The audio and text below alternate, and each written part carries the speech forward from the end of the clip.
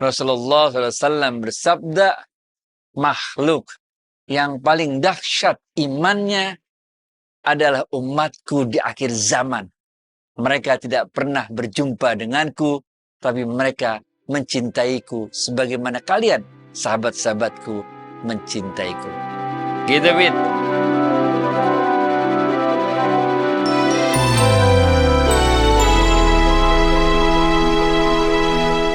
Assalamualaikum warahmatullahi wabarakatuh, sahabat Smart Skill School.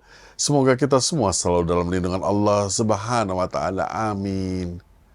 Sahabat, luar biasa kali ini episodenya di mana Ustadz bercerita tentang bagaimana Allah membangga-banggakan manusia di hadapan malaikat. Baik, kita langsung saja sapa Ustadz kita, Ustadz Adi Warman Azwar Karim. Ustadz, Assalamualaikum, apa kabar? Waalaikumsalam warahmatullahi wabarakatuh. Sehat, berkah, bahagia selalu. Amin ya Allah. Amin, alhamdulillah. Ustadz, waduh, saya nggak sabar dengar penjelasan Ustadz mengenai kalimat yang di depan. Apa maksudnya dari Rasulullah itu, Ustadz? Ya, ini tadi kita sepotong hadis Rasulullah SAW waktu itu bertanya kepada para sahabat-sahabatnya. Wahai sahabat-sahabatku, tahukah kalian siapa makhluk yang paling dahsyat imannya? Kemudian para sahabat menjawab, tentu para malaikat-malaikatnya Allah. Maka Rasulullah SAW tersenyum dan menggeleng. Bukan, mereka tentu saja beriman kepada Allah karena mereka memang malaikat-malaikatnya Allah. Kemudian para sahabat mengatakan, kalau begitu para nabi dan rasulnya. Rasulullah SAW tersenyum dan menggeleng lagi. Bukan, terang aja para nabi dan rasulnya Allah itu beriman kepada Allah karena mereka mendapatkan wahyu langsung dari Allah. Kemudian para sahabat menjawab lagi, kalau begitu kami, para sahabatmu ya Rasulullah. Rasulullah SAW tersenyum dan kembali menggeleng. Bukan, kalian terang aja beriman mengikuti kami, mengikuti aku, kata Rasulullah SAW. Karena kalian hidup bersamaku, melihat bagaimana Allah menurunkan mukjizat-mukjizatnya kepadaku. Makhluk yang paling dahsyat imannya, kata Rasulullah SAW, adalah umatku di akhir zaman. Mereka tidak pernah berjumpa denganku, tapi mereka mencintaiku, membelaku, sebagaimana kalian mencintai dan membelaku. Nah, ini. Kalau kita lihat di dalam, ini adanya di dalam kitab Al-Gunyah, ditulis oleh Syekh Abdul Qadir Jailani. Waktu itu Syekh Abdul Qadir Jailani menceritakan bahwa Rasulullah SAW, ini hadis yang dikutip oleh Syekh Abdul Qadir Jailani dalam kitab Al-Gunyah. Rasulullah SAW lagi kumpul dengan para sahabat-sahabatnya.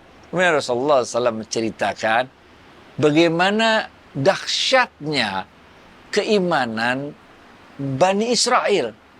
Nah, waktu itu disebutlah 4 nama oleh Rasulullah SAW. Yang pertama Nabi Ayub alaihissalam, yang kedua Nabi Zakaria alaihissalam, yang ketiga Hizkil namanya, dan yang keempat adalah Yusa bin Nun.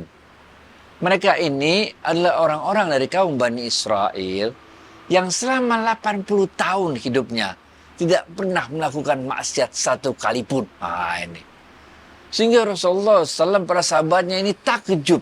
Kok bisa ada orang menjalani hidup ini 80 tahun nggak pernah melakukan maksiat sama sekali. Kita lihat, kita ingatkan latar belakangnya. Para sahabat Rasulullah SAW waktu itu adalah orang-orang yang telah menjalani hidup sekian puluh tahun, kemudian mendapat hidayah, masuk Islam, ya, oke ya. Jadi mereka macam-macam, ada yang kehidupan jahiliyah, kemudian mereka mendapat hidayah dan kemudian masuk Islam. Sehingga mereka betul-betul takjub mendengar cerita Rasulullah SAW, ada orang 80 tahun hidup dan tidak pernah melakukan maksiat. Ketika Rasulullah SAW lagi bicara dengan para sahabatnya ini, turunlah Jibril alaihissalam. Apa kata Jibril? Ya Rasulullah, ketika engkau dan para sahabat-sahabatmu takjub kepada kaum Bani Israel yang selama 80 tahun hidupnya tidak pernah melakukan maksiat, tahukah engkau ya Rasulullah bahwa ada satu hal, ada satu malam yang diberikan oleh Allah kepada umatmu yang lebih dahsyat dari itu, yang lebih menakjubkan dari hal yang engkau takjubkan kepada orang-orang Bani Israel tersebut. Kemudian Jibril membacakan satu surat yang sangat terkenal, ba'da a'udzubillahi minasyaitonirrajim, inna anzalnahu fi lailatul qadar, sampai akhir ayat. Inilah kemudian yang kita kenal dengan malam Lailatul Qadar. Malam Lailatul Qadar ini adalah suatu malam yang sangat menakjubkan. Karena malam Lailatul Qadar adalah malam yang tanazzalul malaikatu waruhu fiha.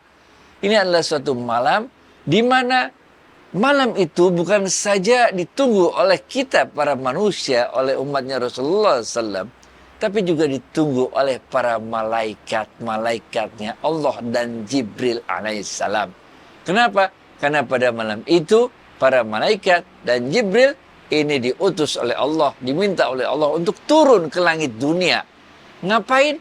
Karena Allah ingin mempertontonkan, ingin membangga-banggakan makhluk yang namanya manusia, yang dulu ketika pertama kali Allah ingin menciptakannya, malaikat-malaikat mempertanyakan, mengapa engkau ingin menciptakan makhluk yang namanya manusia?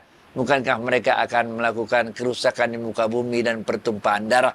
Bahkan sampai-sampai iblis waktu itu ingkar terhadap perintah Allah ketika Allah menyuruh iblis untuk sujud, memberikan salam penghormatan kepada Nabi Allah Adam alaihissalam.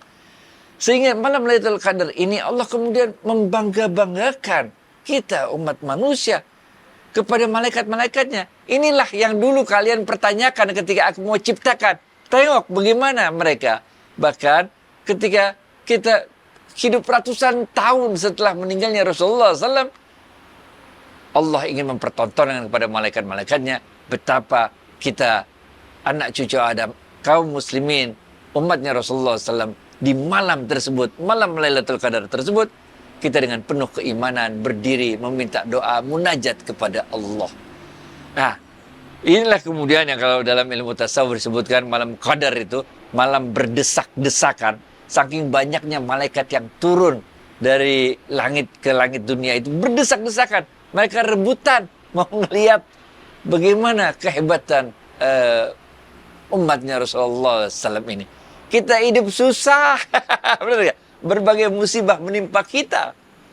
Tapi kita terus beriman dan taat kepada Allah. Sabar dalam menjalani hidup ini. Selalu bersyukur. Walaupun kita hidup dalam keadaan yang serba kekurangan.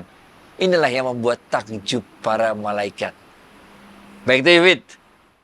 Baik, Ustadz. Nah, di zaman sekarang ini tanpa panduan Rasulullah, siapa yang bisa kita, atau apa yang bisa memandu kita untuk menjalani kehidupan Islami, Ustadz? Alhamdulillah, syukur kita kepada Allah bahwa Rasulullah SAW meninggalkan kepada kita warisan yang kalau kita berpegang teguh pada warisan itu, maka kita insya Allah selamat dalam kehidupan di dunia dan akhirat. Warisan itu adalah Quran dan sunnahnya Rasulullah SAW. Nah ini, kita emang nggak pernah ketemu Rasulullah, tapi kita baca Quran, tapi kita baca sunnah-sunnahnya Rasul, kita tahu bagaimana akhlaknya Rasul. Bahkan Allah sendiri pun sebetulnya memuji Rasulullah SAW dalam sebuah ayat disebutkan, innaka la'ala khuluqin azim. Dan di dalam dirimu wahai Rasulullah, di dalam dirimu wahai Muhammad, kata Allah, terdapat akhlak yang mulia. Nah, jadi kalau kita mau dimuliakan oleh Allah, maka kita harus mengikuti, mencontoh, meneladani Rasulullah SAW. Karena di dalam diri Rasulullah SAW itu terdapat contoh, teladan, akhlak yang tinggi, yang mulia. Nah, sehingga kalau ya, kita nirunya yang macam-macam lah, karena masing-masing orang punya kemampuan macam-macam. Ada yang bisa niru dari segi penampilan fisik, ada yang bisa niru dari segi keilmuannya Rasulullah SAW. Tapi yang paling penting adalah meniru dari sisi akhlaknya Rasulullah SAW. Baik itu ya, Fit. Baik, Ustadz. Jadi kita juga harus sering-sering membaca Al-Quran dan hadis. Sekarang kita jawab pertanyaan sahabat ya Ustadz. Oke. Dan sahabat ini bertanya, terkadang tiba-tiba dia merasakan perasaan yang nggak enak aja Gundah, Ustadz. oke. Dan itu berat sekali sehingga dia mengambil air wudhu dan kemudian sholat. Apa yang terjadi itu Ustadz? Nah, ini harus kita bisa bedakan dua, benar gak? Kegundahan dalam hati itu dua sebetulnya. Yang pertama, dia bisa bentuk firasat kepada orang-orang yang beriman, kepada para wali-walinya Allah. Oke. Firasat ini hadisnya juga jelas sekali bahwa berhati-hatilah engkau terhadap firasatnya orang-orang beriman, karena firasatnya orang-orang yang beriman itu adalah pancaran atau pantulan dari hal-hal yang kemudian akan terjadi di masa akan datang. Benar gak? Jadi yang pertama bisa jadi kegundahan itu muncul karena firasatnya. Para sahabat-sahabat Rasulullah SAW, para wali-walinya ini mempunyai kemampuan mendapatkan firasat ini. Rasulullah SAW waktu itu beliau tahu persis apa yang akan menimpa kedua cucunya Al-Hasan dan Al-Husain radhiyallahu anhu. Sehingga waktu itu Rasulullah SAW mencium Al-Hasan, kemudian mengatakan, inilah penghulu umatku yang akan menyatukan kembali umatku. Kemudian Rasulullah SAW mencium lehernya Al-Husain. Kemudian beliau tidak mengatakan apa-apa. Kita tahu ceritanya selanjutnya bahwa kemudian di Padang Karbala Al-Husain radhiyallahu dipenggal kepalanya. Benar ya? Jadi Rasulullah SAW mempunyai firasat, sudah mengetahui apa-apa yang akan terjadi di masa depan. Tapi tentu bahkan Rasulullah SAW sendiri pun tidak bisa merubah apa yang telah ditentukan oleh Allah. Ini, oke. Begitu juga para sahabat-sahabatnya. Bahkan ada sebuah buku itu, ini udah diterjemahin ke bahasa Indonesia juga ini. Bukunya itu ramalan atau firasat-firasatnya Imam Ali bin Abi Thalib. Itu ada satu buku segala macam cerita. Jadi orang-orang yang beriman ini memang memiliki firasat. Dan yang kadang-kadang firasat itu menimbulkan kegundahan dalam hati mereka. Sampai-sampai Rasulullah SAW mengatakan, ummati, ummati, ummati, bagaimana nanti umatku nanti ketika aku telah tidak ada, oke? Itu satu hal. Tapi ada yang kedua, bisa jadi kegundahan itu bukan bentuk firasat. Tapi kegundahan itu adalah yuwasfisu fi sudurin nas. Adalah ketakutan-ketakutan yang ditiupkan oleh setan ke dalam hati kita. Jadi kita harus bisa membedakan nih, kegundahan apa? Kegundahan yang berupa firasat atau kegundahan yang berupa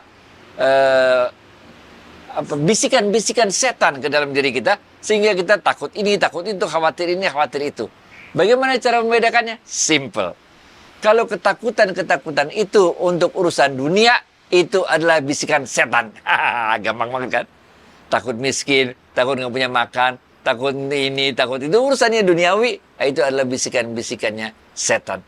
Tapi kalau ketakutan itu atau kekhawatiran itu mengenai umatnya Rasulullah SAW, mengenai al-Islam, mengenai bagaimana kita hidup di dunia, di alam akhirat nanti, itu namanya firasat-firasat yang kita dapatkan dari petunjuknya Allah.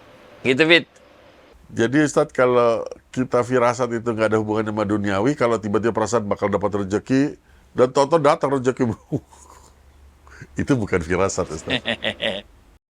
Tadi kita udah kasih contoh bahwa yang firasat itu juga menyangkut dunia, tapi bukan dunia kepada diri kita, tapi adalah mengenai umatnya Rasulullah, mengenai nasibnya Rasulullah, mengenai nasibnya Islam. Nah, ini firasat.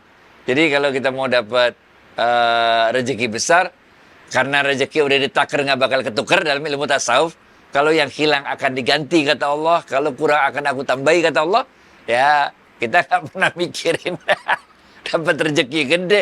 Rezeki ya gede kalau nggak pada saat yang tepat juga kita bingung udah ya. Jadi ini adalah firasat, adalah mengenai masa-masa tentang urusan-urusan umatnya Rasulullah SAW. Baik itu ya, Fit. Baik Ustadz, nah ini ada satu pertanyaan lagi terakhir Ustadz. Sahabat bertanya, Ustadz sering mengatakan sehat, berkah, dan bahagia. Kenapa tidak ada husnul khotimahnya? Padahal husnul khotimah itu kan, kata Ustadz, malah rezeki yang tertinggi untuk manusia. Kenapa tidak ditambahkan husnul khotimah? Ya, sehat berkah bahagia adalah nikmat yang kita terima ketika kita hidup. Sedangkan husnul khotimah adalah rezeki yang paling patut kita syukuri, yaitu ketika kita bisa mengakhiri kehidupan kita ini dengan akhir yang sebaik-baiknya. Man qala la ilaha illallah dakhalal jannah. Itu sebabnya kalau di pengajian-pengajian kan selalu ya Allah biha, ya Allah biha, ya Allah bi husnil khatimah. Ya Allah biha, ya Allah biha, ya Allah bi husnil khatimah. Itu sebabnya kita sehat, berkah, bahagia doang. Tapi kalau suatu saat nanti mau kita tambahin boleh juga husnul khatimah lah. Tapi untuk nikmat di dunia yang kita minta sama Allah adalah kesehatan, keberkahan, dan kebahagiaan. Baik itu Yufid. Alhamdulillah. Nah, semoga tayangan kali ini bisa memberikan manfaat bagi para sahabat Smart Skill School. Dan kami ucapkan terima kasih Ustadz Adi Warman atas waktu dan tausiahnya. Assalamualaikum warahmatullahi wabarakatuh. Waalaikumsalam warahmatullahi wabarakatuh.